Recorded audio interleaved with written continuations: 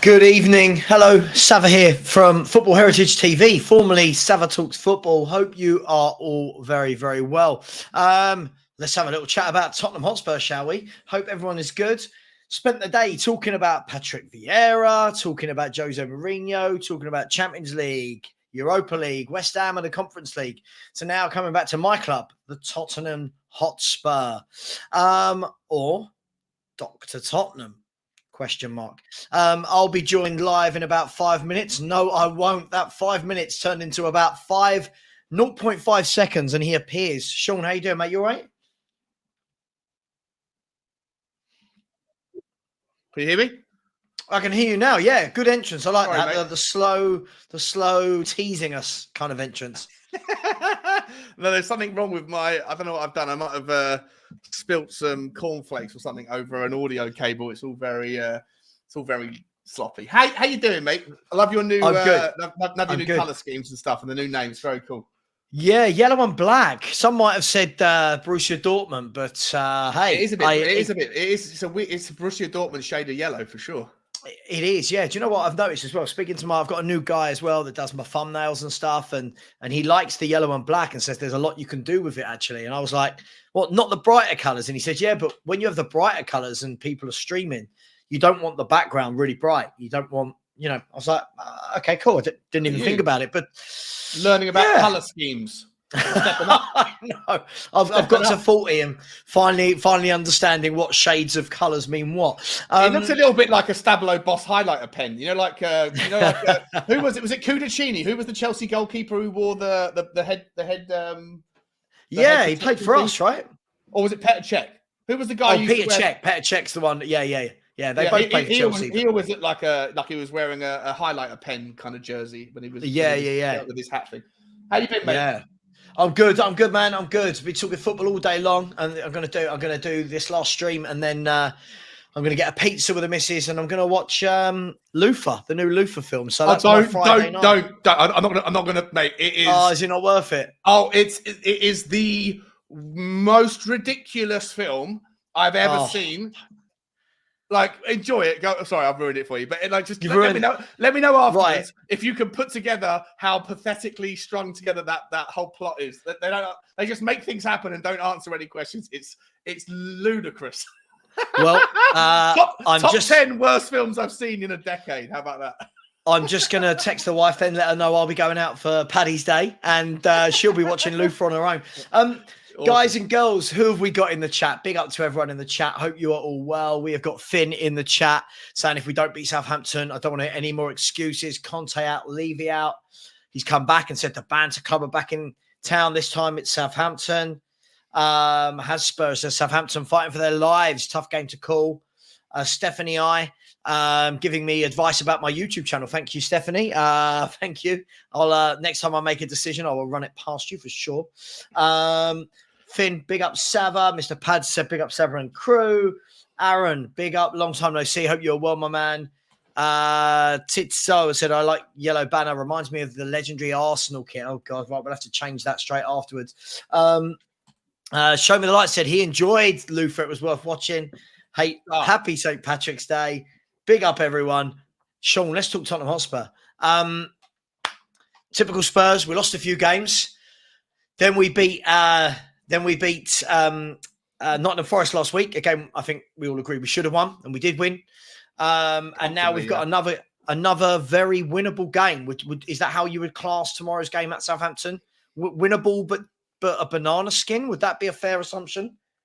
I think every game for every team going into the last 10 games of the league of the season, like when you look at the fact that there's 7 points that separates 20th from 12th, so 9 teams, and then you look at like 7th all the way up to 3rd or 8th all the way up to 3rd is are in some sort of European battle, and then the top 2 in the title race. The only teams that I think are not really fighting for anything apart from pride is probably Aston Villa, Chelsea, and maybe Fulham. And so, like when you look at that bottom 9 teams, every game, anyone that's playing any one of those teams now, I think is a potential banana skin. And Southampton is not going to be excluded from that list. They're obviously the 20th place team, so Tottenham should be able to go there and get a result. And if we can't, whoever said it at the top, no excuses. But yeah, it's a relegation battle. So, Yeah, it is. And I've just pulled up the league table now. And like you said, I mean, even then, if you look at it, mate, I mean, Chelsea and Fulham can still fight for. I mean, look, what is it now? Like 7 or 8 teams now get into Europe. It's like half the league goes into Europe. Do you think Chelsea are still involved in the fight? Do you? Well, yeah, I do. If you look at it, you've got Brighton in 7th on 42. Liverpool. Let's put it on the. Can we put it on the screen? Yeah, sure. You want me to do it? You doing it? I can do it. I'll get it up. Yeah, do it. I look at it and I do. I think the only teams for me that aren't playing for anything, I think the only team in the league that's not playing for anything is Aston Villa. Yeah, maybe Aston Villa. If you look at there you go. Yeah, let's bring it up. So if we look at that league table, I mean, let us know what you think in the chat. For me, I think the top. I mean, what is it? Top 4 goes Champions League. 5th and 6th historically goes to Europa League, and 7th goes into the Conference League.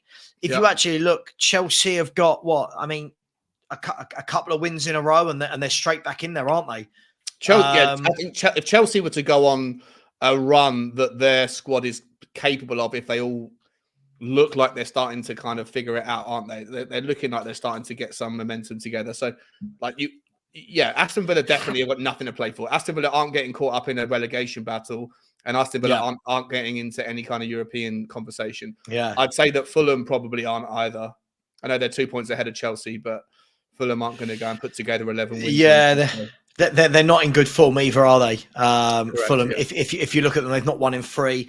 Look, Chelsea put 2 together. I mean, I'm looking at. We'll look at some of the clubs. If you look at Chelsea, the next 4 for Chelsea, they've got Everton at home tomorrow. They'll be disappointed not to win that. Yeah. They've then got Villa at home. Yeah. Okay. They've then got Liverpool at home. They've got 3 home games on the bounce, and then Wolves away. So they would be thinking to themselves, at least 9 points. At least 9 points, right? Right. But then maybe if they win the first 2 against Everton and Villa, then they're 4 from 4 wins from 4 games. Maybe that team's starting to gel. I mean, the team is like, we all know that the team that they have, the squad that they have, is far better than 10th position. But when they figure it out, so if they go on a 4 game winning streak and they take on Liverpool, yeah, absolutely. I mean, then when you compare that to our 4 as well, I mean, look, we've got a nice. Again, everything I say is on paper. You know me, Sean. I don't belittle smaller teams because. That sounds like I am by calling them smaller teams. I don't belittle the teams lower down because, like you said, Everton, Bournemouth, Southampton, everyone down there, Palace, they are all Wolves, all fighting Leicester. What have we got? We've got Southampton away. If you want to bring them up, yeah, there you go. We've got Southampton away, followed by Everton away. That's a big one. Brighton at home, tricky, and then Bournemouth at home should be 3 points. So. That for me could be the difference between the next 4 games is where I think we need to pick up the points because after that, we've got Newcastle away, followed by United at home and Liverpool away. That's 3 tough games in a row there. Yep. That's 3 tough games. And then Villa away, not easy. Palace. I mean, look, let's start with tomorrow's game. What we've got to see, surely, and this is only my opinion, what we've got to start seeing, Sean, is we've got to break out of this habit of the kind of win 1, lose 1 mentality that we're in. Or we're winning 2, then we're not winning for 2.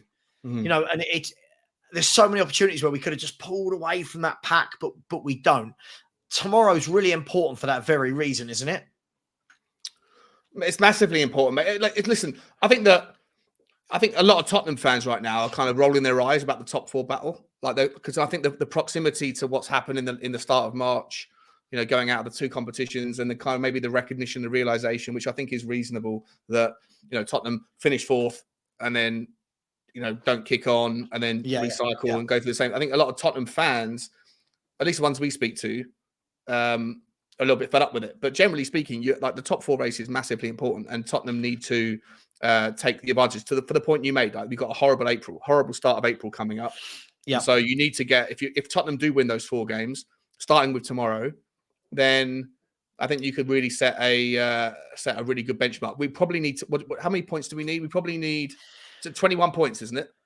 I mean, 21 points for to get to top 4, to get to 70, right? Or 22 points. So that's what 8. So it's 7 wins and a draw from our last 11 games. Yeah. If you don't beat Southampton, I don't think that it makes it incredibly difficult to see it happening, considering that you've still got to play.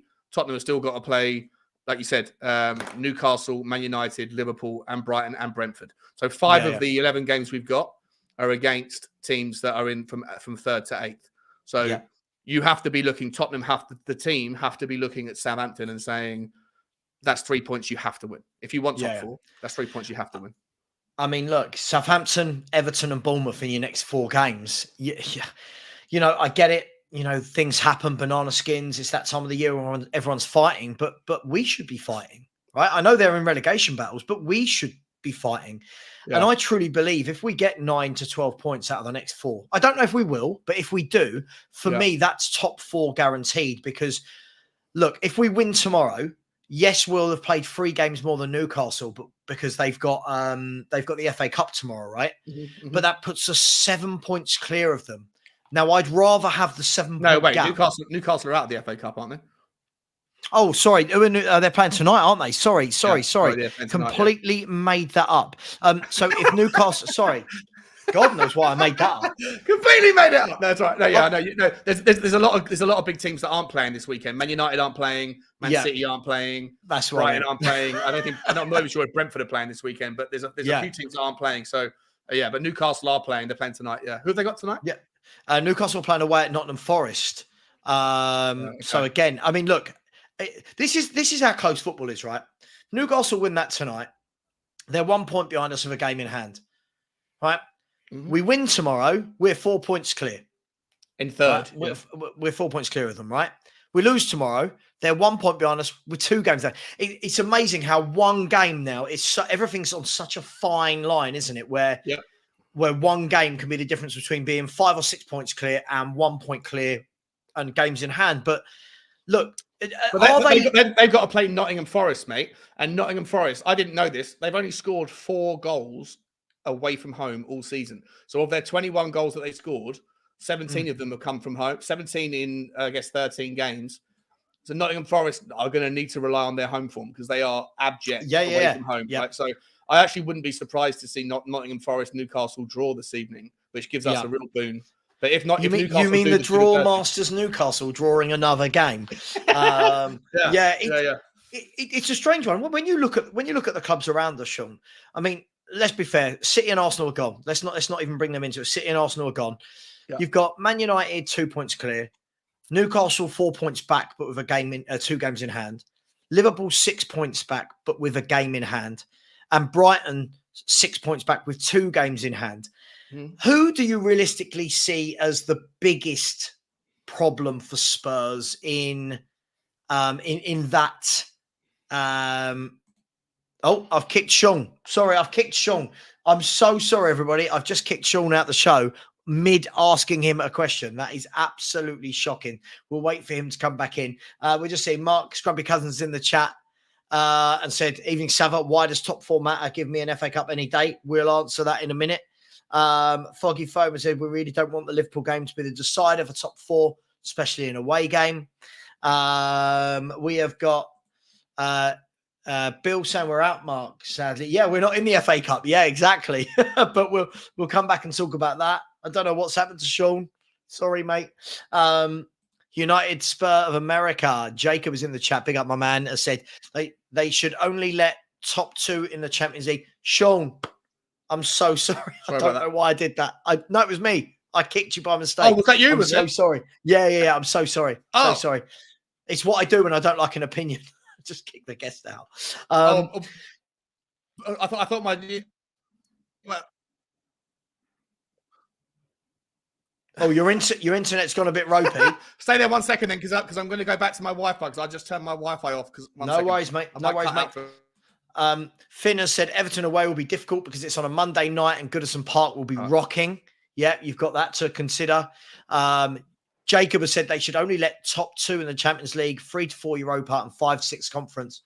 Win the FA Cup, you get in the UEFA Champions League. Win the Carabao Cup, you get in the Europa. Those are my changes. Could get top Tottenham's go for a trophy. Sean, we'll park that. I'm going to come back to that. I've heard you answer that point before, so I want to come back to that. Mark, we're going to come back to this as well. Sorry, what I was saying was, Sean, when you look at those teams around us, who's the biggest rival? Who's the biggest rival? Who's the biggest rival? But you know and Man United. People are probably going to think I'm mad for this. I genuinely think out of the people that are below us, Brighton. I said this on Never a Foul about, I don't know, 4 or 5 weeks ago, and they laughed me out of the room. And it was like a couple of days before Liverpool got spanked by someone, and I went back on and got my vengeance. But I genuinely think that Brighton are playing the best football, and on form. I know they haven't qualified for the top 4 before, so that's a big leap or whatever. But I look at the form of everybody around them. Tottenham are volatile, flip flop, right? Newcastle United are draw merchants. Liverpool, look, I know you were saying after Liverpool smashed United that they were getting into the running of things, and then they messed up at Bournemouth. I think that Brighton are the team that seemed to get it done. Even when Brighton lost against Fulham 1-0 at home, Brighton smashed Fulham that game. I was watching it. They absolutely smashed them, and Fulham did like a robbery. That they came in a smash and grab and walked away with the points. But I genuinely think that Brighton are probably the team with the most consistent form, and probably have got the easiest running. So, well, I was just looking at their running, and obviously they're playing Grimsby on Sunday. They fancy themselves to get into. This is the quarterfinals of the cup, right? Yeah. So they fancy themselves to get into the semi-final. Yeah. They've then got Brentford at home, Bournemouth away, Tottenham away, Chelsea away, City at home. So that 3 games there is tough. But then when I look at their actual run in the last 6, they've got Nottingham Forest, Wolves, Everton, Southampton, Villa. Yeah. Now that could be. Look, listen. I think it's going to be. I think this is going to be a really close top 4 race. But look, Liverpool as well. When you look at Liverpool's next fixtures, right? Liverpool have got. Come on, work quicker. Liverpool have got Man City away, Chelsea away, Arsenal at home, Leeds away in their next 4. That's a filthy 4. It's a filthy 4 games. That is. That's tough. Then they've got West Ham away. They could be out of it by that point.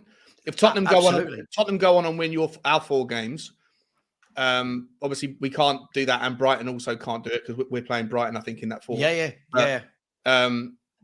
Even if we get 10 points and then Brighton go and win their games, although Brighton have got. Sorry, you're right. Brighton have got a tougher early 3, and then they ease into it. But Liverpool could be in. Could be like 9, 12 points behind with 6, 7 games to play, and that's a massive deficit to catch up. So I don't think Liverpool are making top 4. It depends. Newcastle are a very tough team to beat, but they also find it difficult to beat teams. We've seen that, right? That their form ever since they got booted out of the Carabao Cup final, since they lost the final, they haven't really. I think that took the wind out of their sails. So I stand by it. I think it's Tottenham's to lose. But also, I think that Brighton are probably the danger team in that group. Who do you think? Absolutely. Just quickly before I answer that, guys and girls, there's 95 of you in the chat at the moment, and only 18 likes. This is really. I feel like we're all getting really tight to pushing a button. You've just got to click a button, and also help. It's St. Patrick's Day. Come on. Yeah. Where's the generosity, guys? Just under 300 away now from the magical 4K. We've grown quite well lately, so please keep smashing that subscribe button. If I could get at least 3 or 4 from this stream, that would be much appreciated. For me, listen, I thought after the Man U Liverpool game, I genuinely thought Liverpool would beat Bournemouth, and then they're right there level with us, same game, same points. The Bournemouth game, I think, for me, showed again another team with they're almost like us, almost like Man United. Everyone's just, their form is like this. Yeah, everyone's form. So I think Man United will get it. I think Man United have got enough to get past teams. I think they've got goals in their team. Oh, Man United will be okay. Yeah, they'll be one of the 2. But who's the other one going to? I think we will. I think we will. I think there's enough games in our calendar that I look at and go, yeah. And I listen, I like to say, Sean, I think I've been consistent with that all year. I've said 4th. I think we'll get 4th. But let's answer. You're just uninspired by being fourth again, aren't you? That's not enough. Yeah, I mean that moves us on nicely for me. I don't know if it's inspired of being fourth. It's just kind of like, look, I'm old school, right? So this whole fourth conversation for me just gets a tad tedious because it's growing up. Fourth wasn't a thing, right? And it's only the money coming into it that makes it a thing. So look, let's move on to that point then. So Mark has said, and big up to yourself, Mark. Hope you are well, my man. Has said, evening, Savran Sean. Why does top four matter? Give me an FA Cup every day. Now, Sean, I'll let you loose on this. Mark, I would love an FA Cup. I'm guessing that the top four is important because of the money for the club. But Sean, take it away. Yeah, look, I think everyone would like a trophy. We're well overdue one. This season was one of those seasons where, you could have, because of the luck of the draw, literally the luck of the draw, that Tottenham had it there for the taking.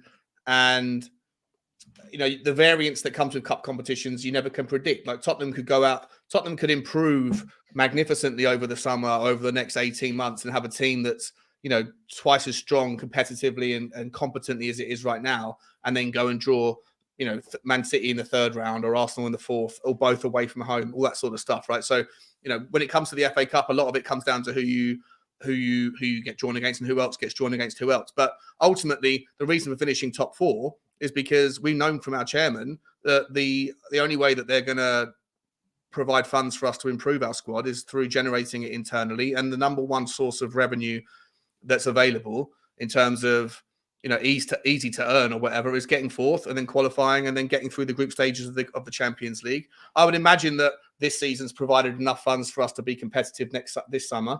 But obviously, if you have the security of top four going into the summer window, knowing that they're going to get another 50, 60, 70 million or whatever it's going to be out of the Champions League next season as well, then it allows Daniel Levy, who's generally fairly tight with the purse strings anyway, to open them up a little bit more than he would do if you finish fifth or sixth. And if you do improve your squad, then obviously you then have a squad that is more capable of competing in the FA Cup or the Carabao Cup. And if you happen to get lucky with the draw next season with a better squad, a team of winners rather than the team we currently have, that, for me, 10 players in our usual teams are bottle jobs or people that are cowards, and you've got one lunatic in Christian Romero.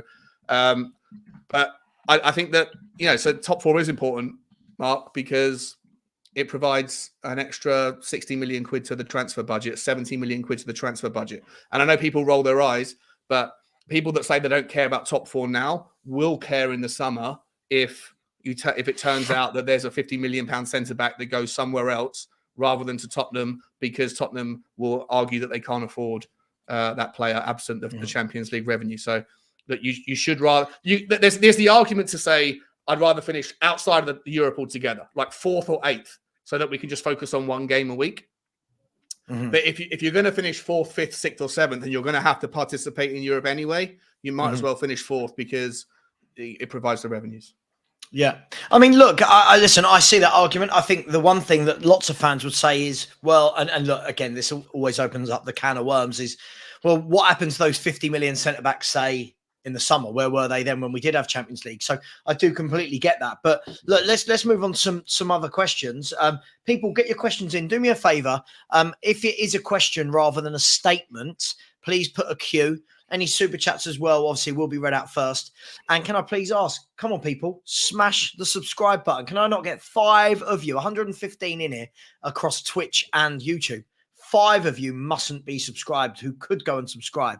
Come on, people. And have you found that your since you changed your branding, that your people maybe not like that, because you usually get 200-300 people watching your lives, don't they? So is it a little bit lower because people aren't familiar that it's your channel right now? People maybe of course, yeah. And also, look, my content isn't just Spurs, so I understand that I won't get. People want to catch up very quickly. We'll catch up. Yeah, of course. Look, at the end of the day, I'll be honest with you. Anyone in here, I found it quite refreshing that I can still talk Spurs like this, but I like it that I can talk about anything. Like, do you know what I mean? We did a stream earlier about the Europa League, and it was just nice talking about football without the emotion, because I'm not emotionally attached to anyone in the Europa League, so I can just give an outside fan's perspective on what's happening, rather than going, but I hate Levy or I love Conte or all that stuff. Agendas. Were you emotionally invested in Sporting last night, though, mate? I was. It was a great penalty shootout to watch, wasn't it? Unbelievable. It was. Yeah, but insane. I was watching it, and I watched the film with. I'm going to message you and tell you what I was watching on Netflix, because if I say it on here, people will laugh. I'll message you and tell you what I was watching on Netflix, and as it finished, I flicked over, and it was extra time, and I watched Arsenal pummel them. Really, they pummeled them in extra time. Yeah.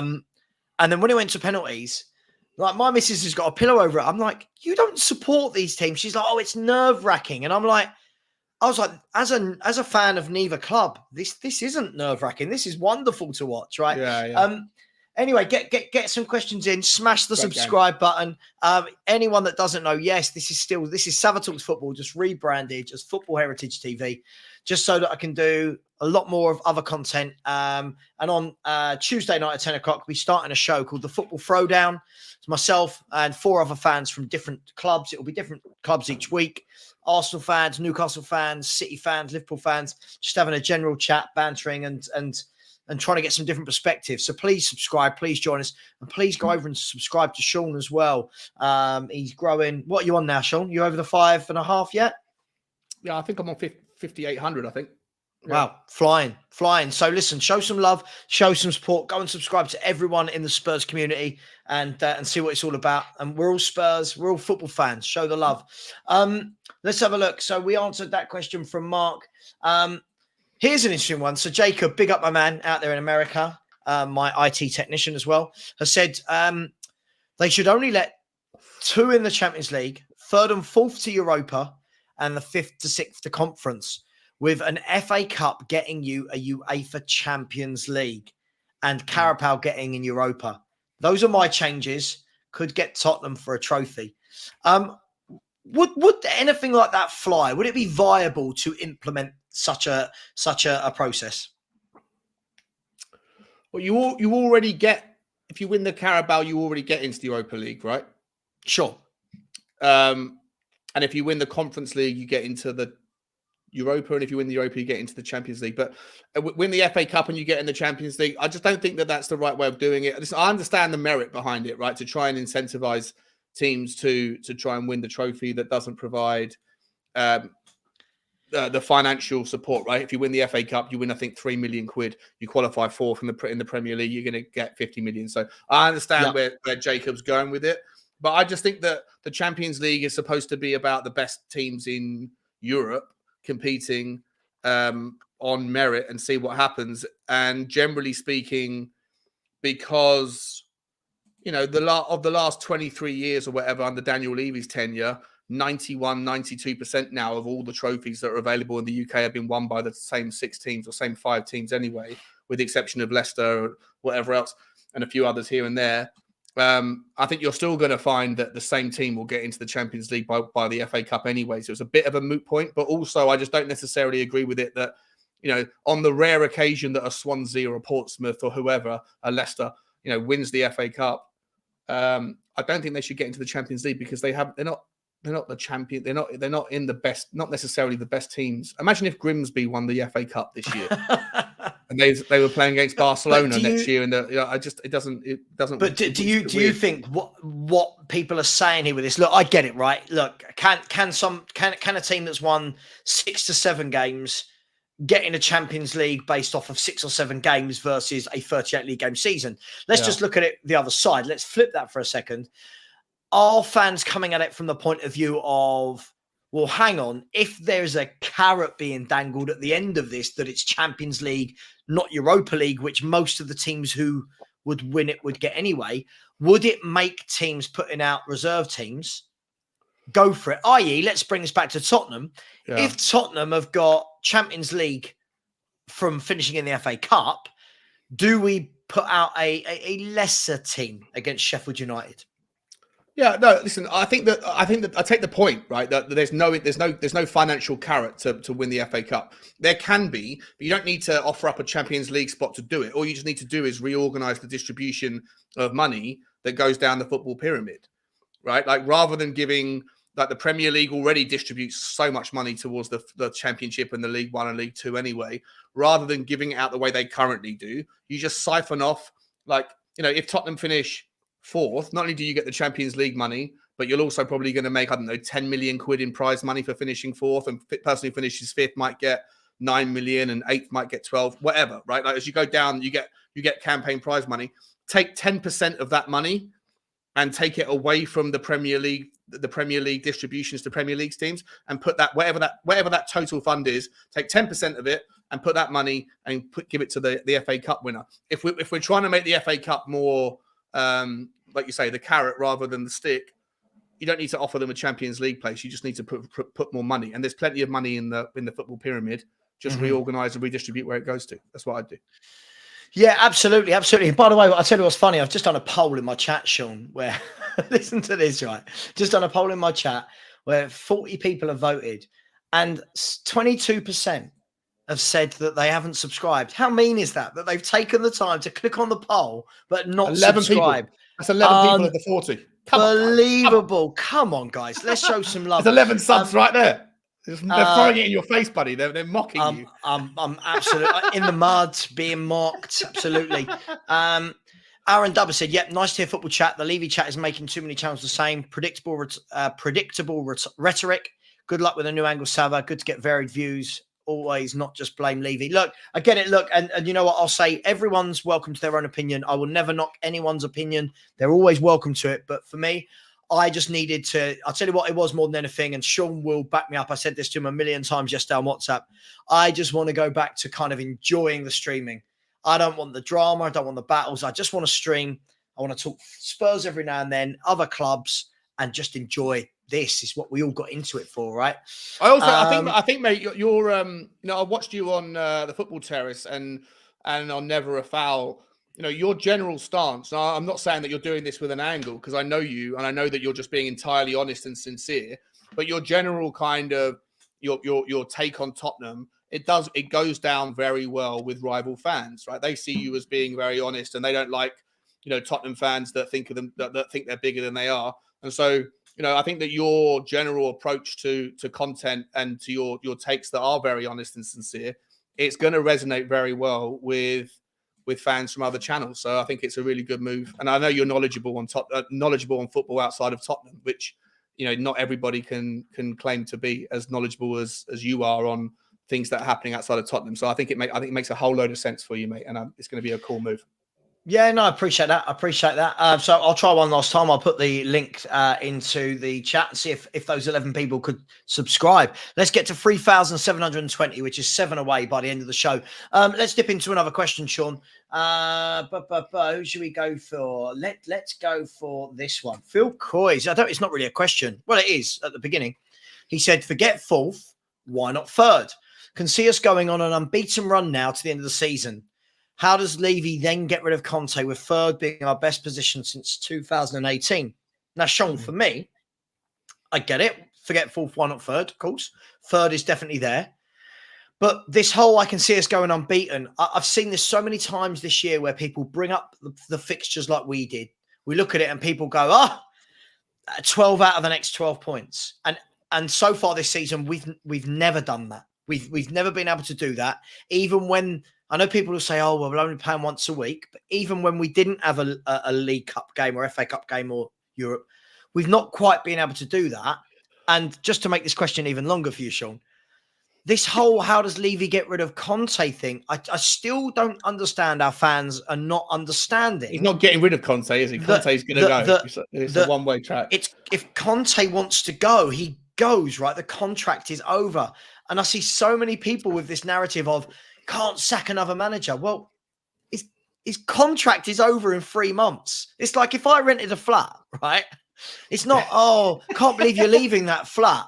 Well, no, I'm not. The landlord is kind of like, my tenancy is running out. And where do you stand with all of that? No, I'm with you 100%. I'm with you 100%, mate. Like, listen, if Conte wants to stay, Daniel Levy will give him a new contract. But Conte doesn't want to stay. Like, if Conte, for me, if Conte leaves at the end of the season, it's not because Daniel Levy's asking him to, unless something goes drastically wrong with the top four. If Tottenham finish fourth or third, as the question suggests, then to me, Daniel Levy will sit down with him and say, "You want to stay? let's figure it out, right? What do you need? What blah blah blah blah. Let's give the money. Yep. Like there was all the rumors about giving him an extra £2 million a year back in December. I don't know if anything ever materialized with the contract talks, but it doesn't feel like it's Tottenham or Daniel Levy that are like moving the goalposts. It feels to me like it's Conte that's saying, I don't want to talk about it until later. And ultimately, I think that if Conte does leave, and I'm pretty sure he will, I think it's Conte that wants to go rather than Daniel Levy that doesn't want him anymore, unless we finish 5th, 6th, 7th, 8th, and then maybe there's a mutual parting of ways. I mean, there's a lot of noise, Sean. Listen, again, as I say this, I'm not one of these that sees a rumor and goes, oh my God, this is 100%.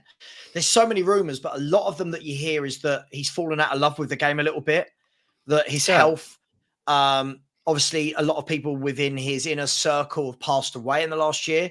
And there's lots of noise that he wants a year out rather than where's he going to go. He wants a year out. And Ben Kaufman has got the opinion that, look, Milan and Inter Milan's new stadium apparently is going to be finished being built at the end of next year, I believe. He thinks he'll have a year out and then he'll be the manager of one of the Milans. But I feel like he's got all the hallmarks of somebody that wants to leave. That's just me. That's just me. No, I agree. But look, he looked busy on the touchline against, like, who knows, right? Like, the wonderful thing about being in the community is that if there's a conversation happening, whether it's like, is Daniel Levy good or bad? Should he, is he a parasite, whatever, or whether is Conte in, Conte out? The fact that there's a debate shows you that, like, it's not a clear answer. If it was clear and unequivocal, then everybody would be on the same page. Everybody would know. Like, even things that are like 90-10 in kind of balance, Harry Kane, should he stay at Tottenham? Like, most people would say that they want to stay, but there's still a debate there because 10% of people think that maybe he should leave and go off and try and win a trophy elsewhere. But I think that's a little bit self-sabotage. But the fact that there's a debate shows you that with Conte specifically, that we don't know. We don't know how much of an impact him losing his 3 best mates or 3 mates has had on him. You know that there's some element of truth to the fact that he's homesick and that, his gallbladder surgery, as much as he took like a month off for it, I know people that have had their gallbladders removed and it's like that they go for the surgery on a Monday, they're back in work on Wednesday. So, like, unless there was complications, it sounds major surgery, but it wasn't. To me, I agree with you, Sava, 100%. Like, his head is out of the door, right? Like, he's 1 foot out. That's only my feeling, right? So, like, with Ishak, you haven't listened. I didn't say I know. I don't think any of us can sit here, right? Listen, I hate when football fans. There's certain things that are fact, right? Like, if I turn around and say, "Oh, Spurs lost their last game," Spurs won their last game. That's not an opinion. That's a fact. But if I was to turn around and go, "Spurs are going to get 10 points in the next 5 games," that's an opinion, not a fact, right? And I think we pass off information as facts. I just said, for me, something doesn't feel right. Yeah, it's all well and good when we beat the Nottingham Forests, when we beat these lower level clubs, we do get very excited and look how passionate Conte is. When we lose, though, his mannerisms aren't the same. So, what are we going to base this off?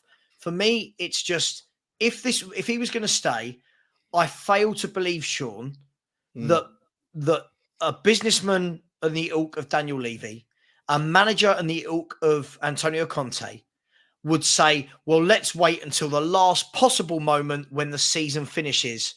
I fail to believe that this wouldn't have been discussed. Surely, Daniel Levy doesn't let things like that. Like, as much, it doesn't matter if I hate him, like whatever it is, he's not going to turn around and go, yeah, you know what? Let's run this right down to the last day of the season and see where we go. Yeah, it's not. Daniel Levy would for sure want to have already had a conversation with Conte, and for sure would have wanted to have had a conversation with Harry Kane. The fact that neither of those things have at least officially taken place, maybe they have had, their agents and whatever third parties are starting to kind of communicate. As far as we're aware, both of those conversations are getting put to the back burner until at least April, and I believe, I 100% agree with you again, Saba, that's not Daniel Levy's. He doesn't want to have that uncertainty. He would much rather have had a Harry Kane contract talk now or earlier. He would much rather have had one with Conte. Mm-hmm. But so I like I say, I stand by it. I think that none of us know what's going on. But the fact that there's nothing that's been made concrete yet, I would imagine that that's on the player/coach's side of the conversation, delaying it rather than Daniel Levy or the people at Tottenham. Mm-hmm. Yeah, look, I just think it's like anything. In the last couple of months, I think we've all felt the same, where that, is he staying, is he not? And for me, it just seems strange that you would let a manager's contract run down to the point where he's no longer employed by the club. And then you're saying, look, do you want to stay? It just feels to me that if he wanted to, if Levy wanted him to, this should be a very easy conversation. That's the way I see it. This should be hey, here's our plans for the future. Here's the money you're going to get depending on whether we finish in the Champions League or out the Champions League. Sign a contract. Yeah. If Conte doesn't want to, that's why, for me, it feels like they're running it down. No one's saying anything, and I think he will walk. If he stays, I've said it all year, Sean. If he stays, you'll get behind him. Yeah, sure, of course I will. I just can't get behind a manager that isn't my manager next year at the moment. Yeah, I agree. I can't get behind. No, it's like, I'm not a fan of Conte, but when you're halfway through a rebuild and you have people like Destiny Udogie coming in, and you have like Pedro Porro. I was having this conversation with myself today on my Tottenham walk. I was saying to the guys, like on the video, Ruben Amorim yesterday did himself no harm at all with the performance, the ability to put a 3-4-3 out against Arsenal and make Arsenal look bang average. And most people would say that Arsenal, if not the best team in Europe this year, footballing wise, then they're in the top 3 behind maybe Napoli, maybe you include Benfica or someone else in there, right? But generally speaking, they're they've been absolutely phenomenal. And Amorim made them look bang average yesterday for 90 minutes. I know you watched the extra time, and in the extra time Arsenal dominated, but in the 90 minutes I saw the highlights this morning, and apparently, I saw a lot of people as well saying that Sporting deserved to win. Yeah, but it was the way they set up the 3-4-3, mate. They had the high line, they put the press in. It was a sensational demonstration of how the system can work if you set it up in a certain way. And and to me, the question that I posed was like, look, Ruben Amorim's been linked with Tottenham. If Conte does go, what's the lesser of two evils in terms of the disruption to the squad? If you get a Pochettino or anybody else that wants to go to a back 4, maybe you don't have to spend, twice as much money on 2 centre backs when you only need 1 to play alongside Romero. But then if you do go to a back 4, so you only need 1 good centre back to come and play next to Romero. But then does Pedro Porro and Udogie fit a fullback system? They've never ever played fullback systems ever. No. Whereas if you get Amorim, yeah, go on. Sorry, I was just going to say, I do see though that, for me, if we were to play a back 4 with a more forward-thinking, expressive manager, those two would kind of remind me of Walker and Rose. Whereas you'd have your Wanyama figure, your Dembele figure that drops in to shield the back 2, and then those go forward. But it doesn't work in a defensive formation. Yeah, it doesn't. So who would be of the current squad? Who would be the Wanyama figure? I think for me, it's either got to be the Bentancur or the Basuma for me of the current squad. Yeah. But look, this is all hypotheticals. But look, Trev, big up, mate, and you're always in here. Always good to read your comments. I think that the thing is here, when we're talking about a patient approach rather than the fire replace model, I think when I see this, the one thing I would stick up for Levy for is, and again, I don't know this, but there must have been a reason why both parties, Trev, signed an 18-month contract. So at the moment, what the noises that seem to be coming out isn't that he's being fired. I've not seen that he's being fired. I think a lot of the noises are you going to sign a new contract? Now, that's not me saying I know he's been offered a contract, but I don't think it. I think I'd like to know. I'd like to read an autobiography from Conte in 10 years' time telling us why it was an 18-month contract. Because I think Conte gets away with a lot because of that short contract, if I'm honest. He must have signed that for a reason. Just quickly, Mark, you are obsessed with Pochettino, obsessed with the man. Phil, look, when I read comments like this, I always think it's easy to pick the games where he is showing emotion, right? But there's been plenty of games where he doesn't look like he's doing that, i.e. the games when we're losing, he just seems to stand there, arms folded, making bad substitutions. Conte came back for the Forest game, but where it was absent for the previous, what was the game before that he was back for? He was back for Milan. Was he back from Milan? He was back from Milan, right? Milan and Wolves. Did he take Wolves as well? No, I don't think he was back for Wolves. No, he wasn't back for Wolves. Milan. But even before the game, before that absence of like four games, Conte disappeared when he became a little bit more like turgid on the touchline. But yeah, for Nottingham Forest, suddenly he was animated again, and it's great to see. It's good to see him animated. Yeah, it was sure, but I can't use that as my driver as to 1 week this, the next week this, right? And that's Tottenham Hotspur as a football club, isn't it? 1 week we're going, oh my God, we're amazing. The next week it's everyone should be sacked. Everyone's got to go. All the players need to leave. The next week, oh, there's a player in there with the player that we were cussing last week. Just quickly, this comment made me laugh. Blue Collar said, it's like planning a future with your missus who just filed for divorce. It's sensible not to get behind. I was going to say something earlier, Blue Collar. If I'm seeing, I mean, is my wife in? No, my wife's not here. We'll be all right. If I'm seeing a girl, you know, that phase before you make it official, right? If I keep saying to her, I'd love you to be I love you to be my girlfriend, and she's going, oh, do you know what? It's March. Let's talk about it in June. Right? At what point do I go, what? What? Yeah. What? Why are you not committing to me? What's going on here? Right. So, listen. Thanks for that, Blue Collar. It's a good point, though. It's a good point. It is a good point. Trevor's told Mark, there's no proof Poch will take this job. Again, I think if Poch takes this job, then I think it makes him look very silly, because all the people that were saying he was hard done by and treated badly by Spurs. Let's use the girlfriend analogy again, Sean. If your girlfriend cheats on you and is nasty to you and kicks you out, then 4 years later goes, come back. I'm going, no, I've moved on. I'm not being treated like that again. So why would Poch come back, Sean? If the hypothetical game, why? You know what, though? Like, just a lot of people always remember Poch leaving and, you know, he wasn't backed. But there was and it was all the blame about that whole thing was always put on Daniel Levy. But I remember distinctly in the pre-match press conference before the Champions League final, he was asked, you know, by some journalist, what's next or whatever. And he basically said, if I win this, what else is there to do? I might go back to Argentina or words to that effect. Yeah. Right. He started to get a little bit kind of cocky, a little bit like, you know, I'm not calling him out for it, but I don't think that sort of behavior like kind of went down very well. Same way that Harry Redknapp was kind of touting for himself for the England job back in the day whilst managing at Tottenham and answering press conferences. I started to feel that same kind of vibe with Pochettino. So I don't want it to be like, why would he come back?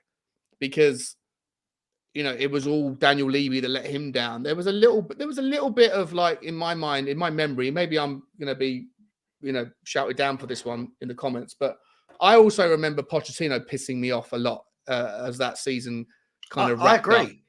I agree. You know? I agree. Look, I've always said this, Sean, about Poch, and just quickly before we talk about Poch. Hotspur, I love you, dude. I love you to bits. But this type of comment, I don't get. Right? The football club's going to continue regardless. Right? Conte leaves, Levy leaves. The football club continues. So with this whole, it doesn't matter who's manager. Well, of course it matters who's manager. You know.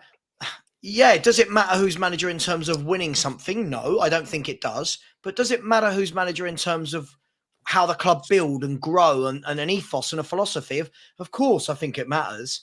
We can't just say, oh... Might as well not get out of bed today, Has. Right. You know, Levy's still in charge. Might as well not eat today, Has. Levy's still in charge. You can talk about other things, buddy. I love you, Has, but you can talk about other things than just Daniel Levy. And this is from someone who is also Levy out. By the way, breaking news from Sky Sports that Roy Hodgson is in talks with Palace to return to the job. So they've gone all full football. Vieira in, who steadied them and played some football, to now let's. Well, anyway, we're not talking Crystal Palace. How long would the contract be? Like, if it's a 6-month deal to keep them up, you know, then that might work. But you know, if he gets the job done to keep them up. Do you really want Roy Hodgson next season? Wow, but listen, that's a Crystal Palace issue. We'll deal with that another time. Look, what I was going to say about Poch, we'll come to that in a minute. Mohammed has said, I think it would be better if we go for a manager that plays free at the back. The rebuild will be much quicker, which is what Enoch wants to see. It doesn't disrupt getting top 4. I love this word rebuild. I don't know what we're rebuilding from. Somebody in the comments, please let me know. What are we rebuilding? Don't you have to have a build before you rebuild? But that's me. Phil Coys. Phil is so Conte in. I love it. Stick to your guns, my man. Has said 60-40, he wants to stay. Big talks with Levy at the end of the season. It's going to be down to money in the transfer window. But again, Sean, this is what we were just saying. Which football club lets a manager's contract run down to 0 days before the conversation about money and transfer window happens? Because this is my opinion on it, Sean, and I'm going to rant for 30 seconds. This is my problem with this whole method. I did a video on this last week. If you wait till the end of a season where a manager's contract is running out, okay, let's say our last game of the season, what is it, Leeds? Am I making that up? Is it Leeds United away? Somebody will tell me in the chat if I'm wrong, right? If it is, Leeds United away, Tottenham finish 4th, 5th, 6th, whatever it is, right? 3rd, brilliant. So we have everyone gets the bus home. Spurs are in the Champions League, Spurs are in Europa League, whatever it is. Now they're going to sit down and have talks with the manager. Questions for me are this. Does that happen the day after the season finishes? Does the manager want a holiday first, right? How long are those negotiations going to take? Yeah. Right, this isn't going to be a one-day thing. Whilst at the same time, Paratici's got to deal with the returns of loan deals. I was getting there, mate. I was getting there. This is sorry. Yeah, I was getting there. This is my point. This is my point, right? This is why I think it's comical when people think that's what it is, right? So now, let's say Leeds game finishes. We now go. Wait, so that's May the 28th. So it's late. May the 28th, right? Now go forward 4 weeks. Let's say it takes holiday 4 weeks to get it sorted. We're now at July June. 1st. We're now at June, end of June, beginning of July, right? Yeah. And Conte says, right, let's look at the scenarios. It's so true. It's a really good point. Yeah, it's a really Bear good with point. me, everyone in the chat on this. Bear with me. I'm going to cover both angles for people, right? Option 1, we get to that point and Conte stays. Brilliant. Okay, Conte stayed. We're now a month behind every other team that has been planning their summer, right? We're now going, right, we know the tactics and formation for next year because it's Conte staying. We're now going, right, which players are we going to sign? Right. Now let's look at the other scenario, Sean. Conte goes. They can't reach an agreement, right? Now we have to find a manager, right? We have to find a manager. Now that's going to take, Spurs. This could take anything. Now we've got our ready-made excuse as to why we didn't do well in the summer because it was full of upheaval of will he stay, won't he? Is the new manager joining? Is he not? What players does the new manager want to keep versus which players does he want to bring in versus which loan players stay? That is why this is a circus. Anyone who thinks this should be sorted now. We should know now. Is he staying or is he going? 100%. Rant over. Sorry. It's a brilliant point. I hadn't thought of it that way. Like you can extrapolate it out. You said already, right? If they go and take a breather, take for 2, 3, 4 weeks or whatever, he comes back. The negotiations might take a week, might take a month. On top of that, you've got Paratici, who has to do the loan deals, right? He doesn't know. And under a new manager, I don't personally want any of these guys, but under a new manager, like a Pochettino or a Tuchel or whoever, one of them might turn around and say, actually, I'd like to have a second crack at the whip with Lo Celso, or bring back Serge Reguilon because I don't want I don't want Sessegnon and his injury proneness, but I can work with Reguilon, which is what Conte can't do because Conte and Reguilon, again speculating here, but it was pretty obvious to me from the get-go that those two did not get on. So there's a conversation. Can Paratici does Paratici have to spend time trying to find Reguilon a new home, or does he bring him back for a new manager? Well, we don't know that until, first of all, the Conte talks have to happen. And then secondly, if the Conte talks go badly, the search for a new manager. You're absolutely spot on, mate. And it was a micro version of it in December. People were saying... But people don't think about this, Sean. People are just like, don't worry, we'll have the chat in the summer and everything will be fine. For once, though, what the other clubs will be doing, the other clubs right now will be sitting down with their managers who they know are staying next year, drawing up the lists of players they're going to sign. Tottenham are waiting to negotiate with the manager. Now, whether that is the owners or whether that is Conte dictating that movement, at some point for me, it is ridiculous. 100%. And one last thing that's not on Conte, but the other elephant in the room is there's Harry Kane's contract talks are going to happen. For sure. Right? Same time. For sure. So is Daniel Levy's time going, sorry, Conte, I can't speak to you today. I'm talking to Harry Kane's brother or whoever it is that's managing her agency of that whole party right now. And if Harry Kane's not staying, then you need to find a buyer for him. You need to go through the rigmarole of those negotiations. You need to find an adequate replacement. If he is staying, who's he staying for? And Harry Kane might turn around and say, who am I playing for next season? I'm prepared to stay, but it depends on who I'm playing for. And if they say, well, we don't know because we haven't spoken to Conte yet. You understand? I love what you're saying here, mate. There is an absolute likelihood that next summer's going to be a ridiculous shit But this is the thing, Sean. Everyone makes out like it's so simple. We're talking about multiple factors here. Now, massive bearing in mind, in all of this, I've not talked badly about Levy. I've not talked badly about Paratici or Conte. I'm just looking at this whole scenario and going, surely they know what's happening.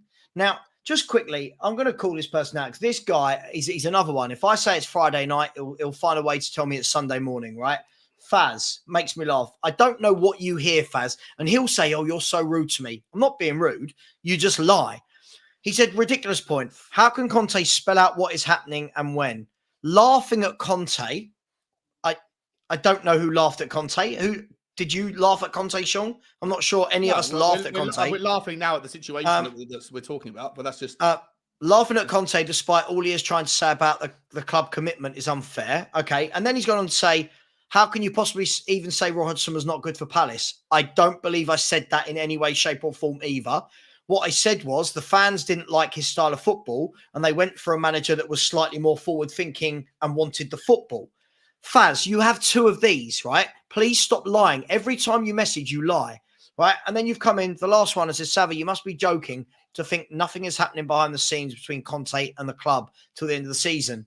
It might be announced at the end of the season, but certainly talks will happen. Sure. Oh, no, that's not the case. Sorry, but we were told that there was talks supposed to happen during the World Cup break. They never This is happened. what Conte told us, didn't he? Yeah. Didn't Conte say we'll talk in the summer? No, but there was also plans back in November because we were all talking about the January window and how important it was going to be. And we were all saying there's a 4-week period going into December where there's no Tottenham football going on. It's a perfect time for every club to get ahead of the curve and figure out their January plans. But Conte didn't sit down with the board, or the board and Conte didn't sit down, right? So whoever's fault that was, or whether there was any for whatever reason, it didn't happen. And that's what created the shit show in January, not knowing who you're buying players for. Are you buying players in January for a Conte system? Can you commit to buying players that he wants if he's not going to be here? And it goes back to the same thing that I talk about all the time. The average managerial tenure at Tottenham Hotspur is 21 months. The average managerial tenure at any Premier League club is 24 months, 23 months. The average contract of a player that is signed for a first team is 4 years. So depending on when that manager or when that player comes in, that player is likely to play for 2.5 managers during his time in his first contract at a football club. You shouldn't necessarily be always buying players for managers. That's the role of a director of football, is to take care of that. But with Conte being so unbelievably the lack of desire to sit down and figure out what's going on, it makes it incredibly difficult to make any plans for the transfers. And that happened in January, and it's going to happen again in the summer. It does, absolutely. And Phil, I agree with you. It should have been sorted. This is what we were told was being sorted out while the World Cup was on. Any top club would have sorted this out 6 months before the end of the season. I don't know any other club, and somebody will tell me if I'm wrong. I'm happy to be wrong. When was the last time a manager at a big-ish club like Spurs ran his contract down and only had the talks in the summer?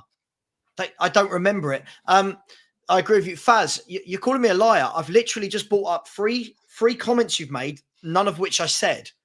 I've literally just shown you that you've said 3 things about me that weren't true, mate. I never said Hodgson didn't do a good job at Palace, ever. Yeah.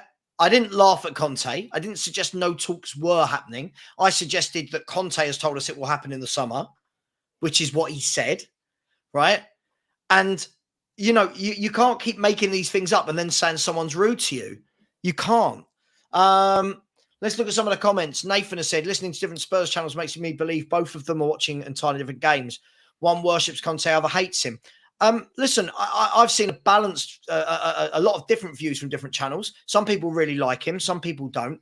I wouldn't say anyone hates him.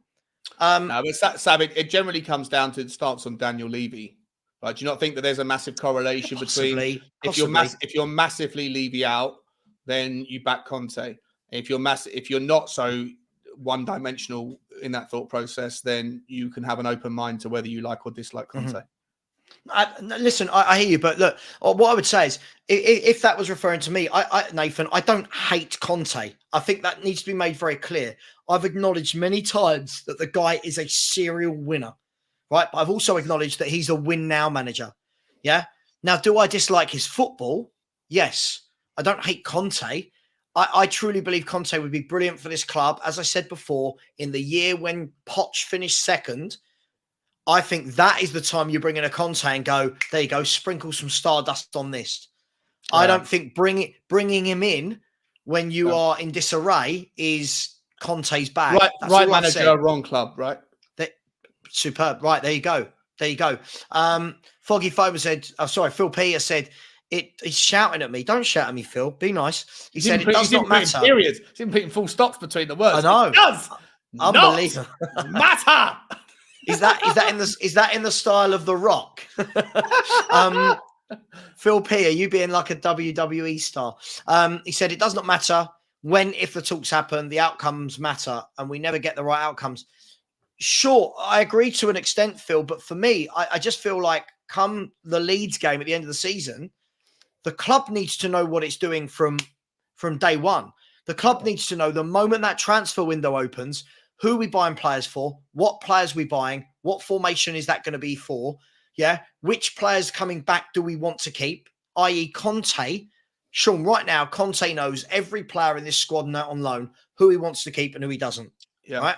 A new manager coming in might say, like you said, might go, actually, I like Reguilon. Yeah. I might like actually, or even on Dembele, believe it or not. Right. Right. Or Joe Rodon, or Jed Spence, right? Better example. Forget Rodon. Yeah. But you're absolutely right. Yeah. So you can't have those discussions around what you do with the loans until you have the discussion around what you do with the manager. You can't have a conversation if Harry Kane turns around and says, I'm possibly prepared to stay, pending I know who I'm playing for. Who am I playing for? Mm-hmm. And you don't have the answer to that. You can't have both conversations at the same time. You either do the manager first, then you do Kane, then you do the manager search if necessary, and then you do the loans. At what point do you get around to getting new players in?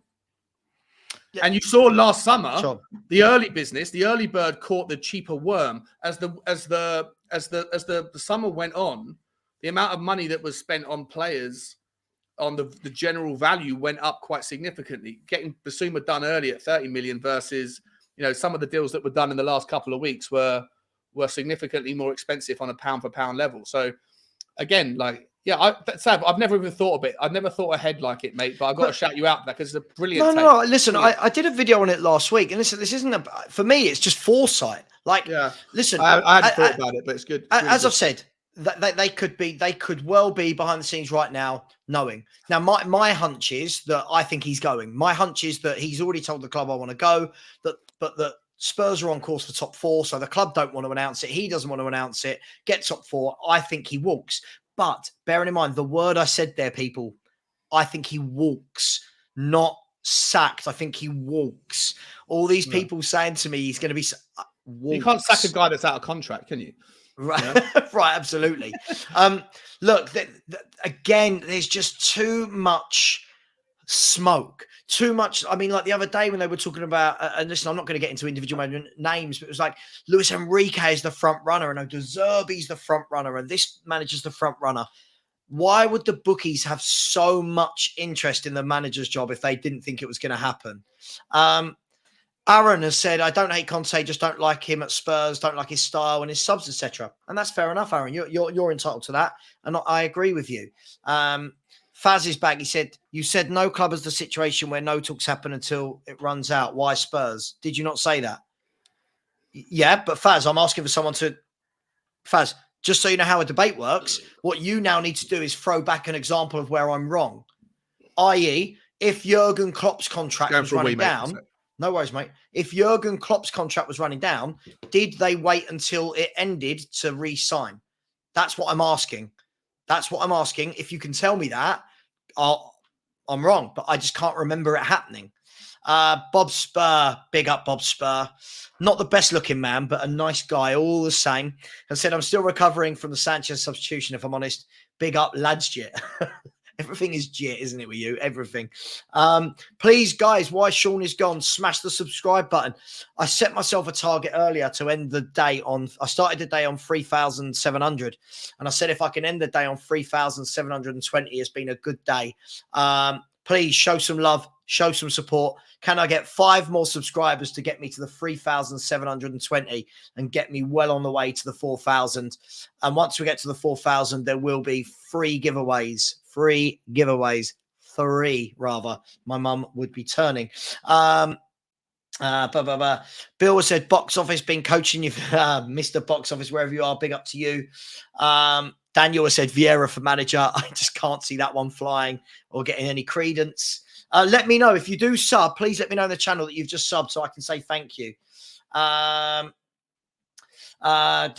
Claudia said talks are being held as fans. We need to know. We need to know. Listen, I'm sure there might be something happening, Claude. I think the thing is we can only go by what Conte's told us, right? What we can't do, and what we do a lot as fans, is we pick and choose to believe what parts of what a manager says are true. So, for example, Sean, when Conte came out and said the club have told me their plans, they want to buy younger players on lower salaries. Yeah, I've told them what I want, right? But some people choose to ignore that. But when Conte says, I'm happy here and I want to build a future here, they go, see, that's what he said. And that's the world we're in now, right? We pick and choose what they say as to what we believe. Yep. Yeah. No, I agree, mate. I agree. Who's that? Is that Frank? That's Stewie. No, that's Stewie. Stewie, he's just having a little. He loves it. He's Fulham. Look at his colours. He is Fulham. There he is. He's just chilling. We'll just let him chill there. He's all right. He's not harming anyone, is he? How does he get up on your windowsill? There's a sofa bed behind me. This is the spare room. It's a little sofa bed behind me. Little access point, is it? Nice. Yeah, absolutely. Yeah, mate, I agree, mate. I agree. Look, I think that when it comes to obviously all Tottenham fans cherry pick, right? We cherry pick things to suit narratives and to we dismiss information that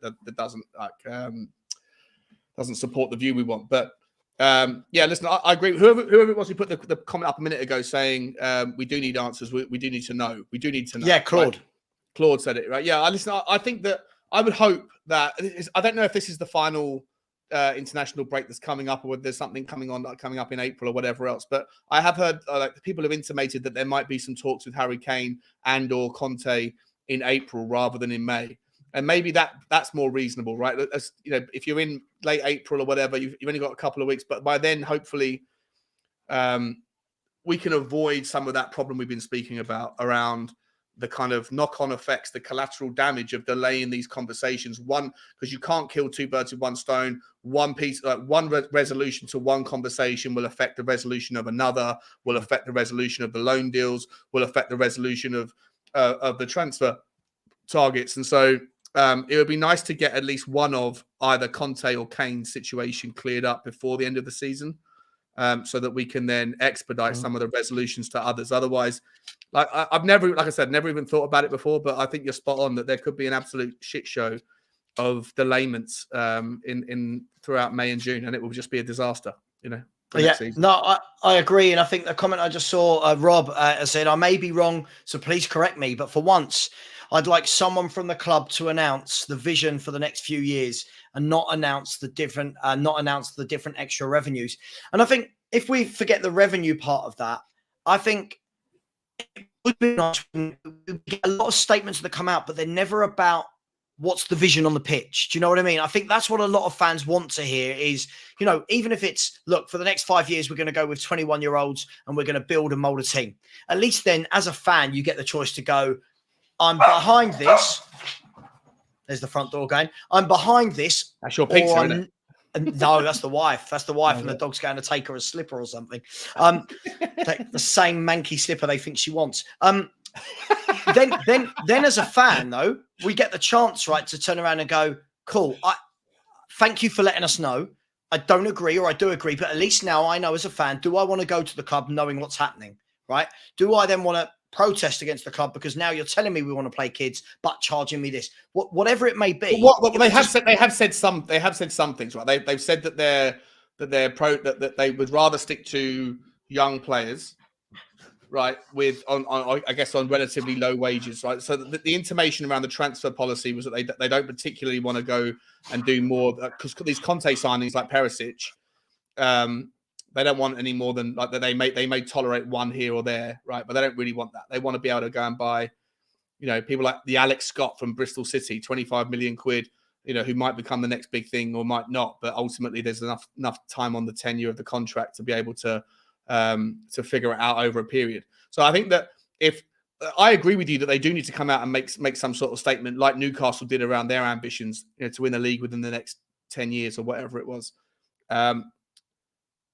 But they haven't said that. But you can make the assumption, you can make the intimations from what they have said. Like if they're interested in buying young players, then you need a manager who fits that and supports that model, not a manager who wants people that are here today to sign and then people like Perisic. Like it was always going to be a bad fit. Yeah. No. Listen. I agree with you. Could you shut that door for me, please? Sorry. Thank you. So not even a hello. How was not your even day, a hello. Dave? I know. How was your day? Well, I'm not going to do that on stream, am I? Yeah, she's going to go. Yeah, all right. Yeah, loved it. What do you want on your pizza tonight? La la la. No. I'm guessing I've upset Faz because my subscribers just went down to 3714 instead of going up. So apologies to anyone I've upset there. Look, Total was Spur. Big up. Hope you are well. Big up, Sava. If you had to choose one manager, who and why, Sean, I'll ask you as well. Look, for me, I've always said this all depends on the vision of the club. If the club truly want to create an ethos and a strategy and a plan for the next 5, 10, 15, 20 years, then I want a particular type of manager. I want a De Zerbi. I want a Potter. I want somebody that comes in and is happy with that and builds and grows, even a company to a lesser degree. However, if we're talking about bringing in a manager that's going to have hundreds of millions thrown at them and is going to get really top players, then I want a Conte, I want a Luis Enrique, I want a Simeone, but I just don't think we're there. So that question's always difficult because it depends on what is the vision. If the vision is just get top 4 each year by hook or crook, it's different. Now, what I would say to that is this. I think we will know more about the vision of the club and what we want to be when Harry Kane leaves. And what I mean by that is at the moment, Harry Kane, I think for me, Sean, holds this club together. And you take his goals out, we don't get Champions League year in, year out.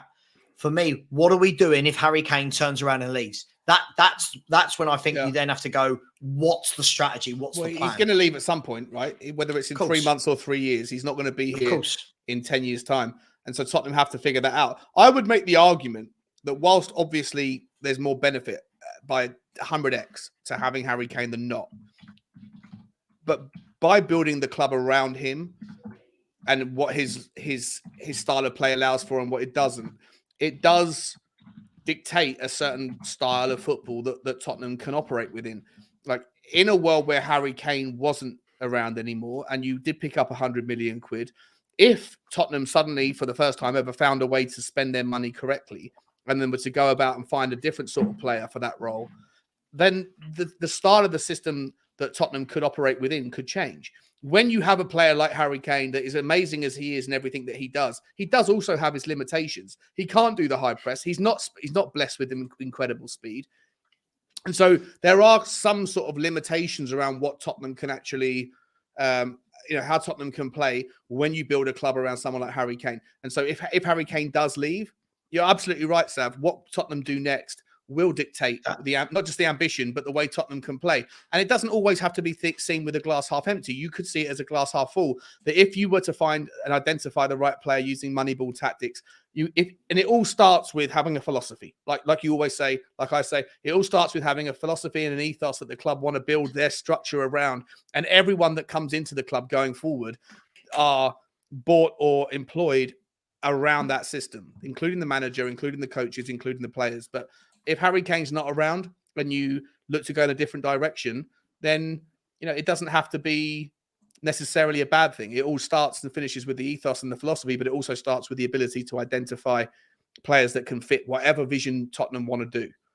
But Harry Kane won't be here in 3 or 4 years' time. So at some point, Tottenham have to get on board that we're not going to have his 25 goals a season.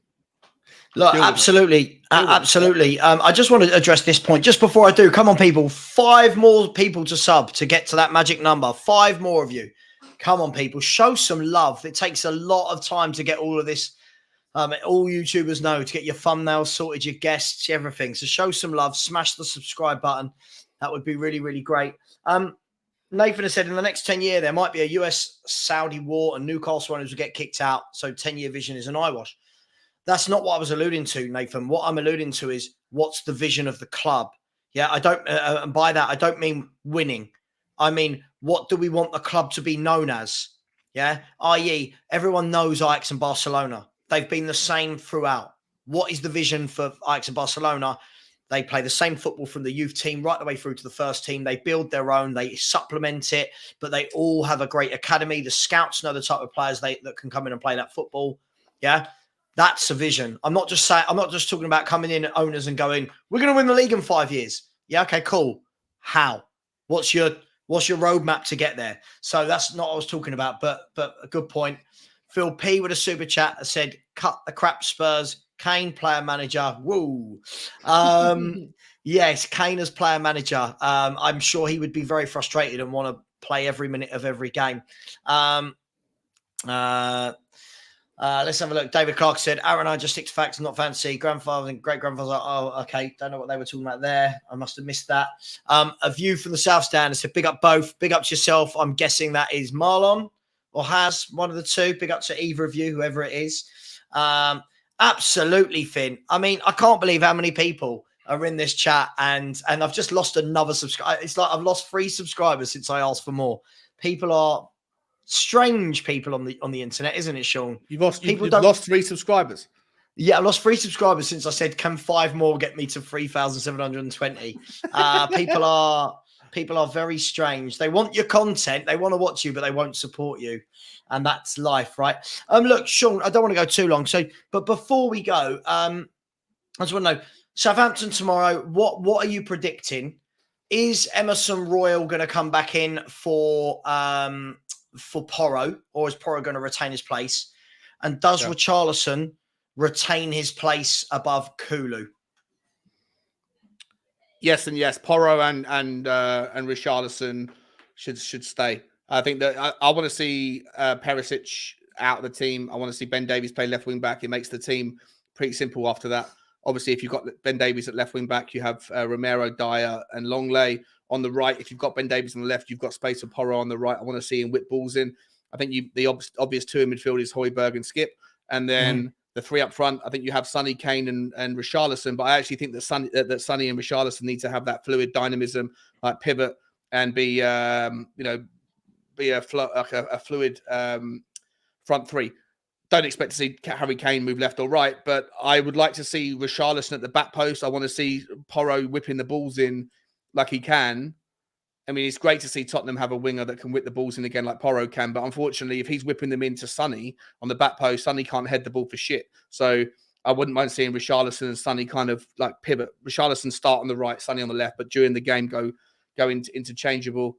And I think that Sonny's, very effective from the right-hand side or even centrally. I think he's usually better than when he comes on the left. He's very predictable. On the right, he's a little bit less so. So, same formation, same team. But I would like to see Richarlison and Sonny do the old swap over. Yeah. Couple of questions. Yeah, I mean, just before I answer that, just quickly, thank you for the 2 people that just subscribed back. I feel like people are playing silly buggers. If I can get 5 more to get to the 3,720 before we close the show, I'm just asking nicely. I've worked very hard today. I've put about 4 hours of content out. Come on, people. I'm trying my best here. For me, yeah, I would stick to the same team. What I don't want to see is players being subbed for the sake of it. We've got one game a week. There's an international break coming up. I think it's important that we try and get Richarlison that goal as well. For some confidence. And look, for me, the fact that we're spending 45 million on Porro, I want to see him play every week. Yeah. I like that he can go forward. I like that he goes and joins in with attacks. Against Southampton, there's no real threat. So, well, should be Porro, right? You'd like to think so. Emerson against Liverpool, maybe, but Porro against Southampton. Come on. You know? Yeah, definitely. I mean, we saw his cross for the Harry Kane goal the other week. We don't see Emerson Royal with that type of ability in the final third. So for me, I keep the same. Let's have a look just quickly. I did miss a point here. I think somebody asked. I think it was Phil who did ask. Question for Savra and Sean: would you take Amaron? I think we covered this a bit earlier before you joined, Philly, but I think I definitely would. I would take Ruben Amaron as manager of Spurs. I think you were saying similar, Sean. I like him. I do like him. I don't know if he'd be. I think if he came in, I'm not sure if Harry Kane would stay. Right. I'm not sure Harry Kane would get behind. He didn't play for Nuno. Will he play for Amorim? I don't know.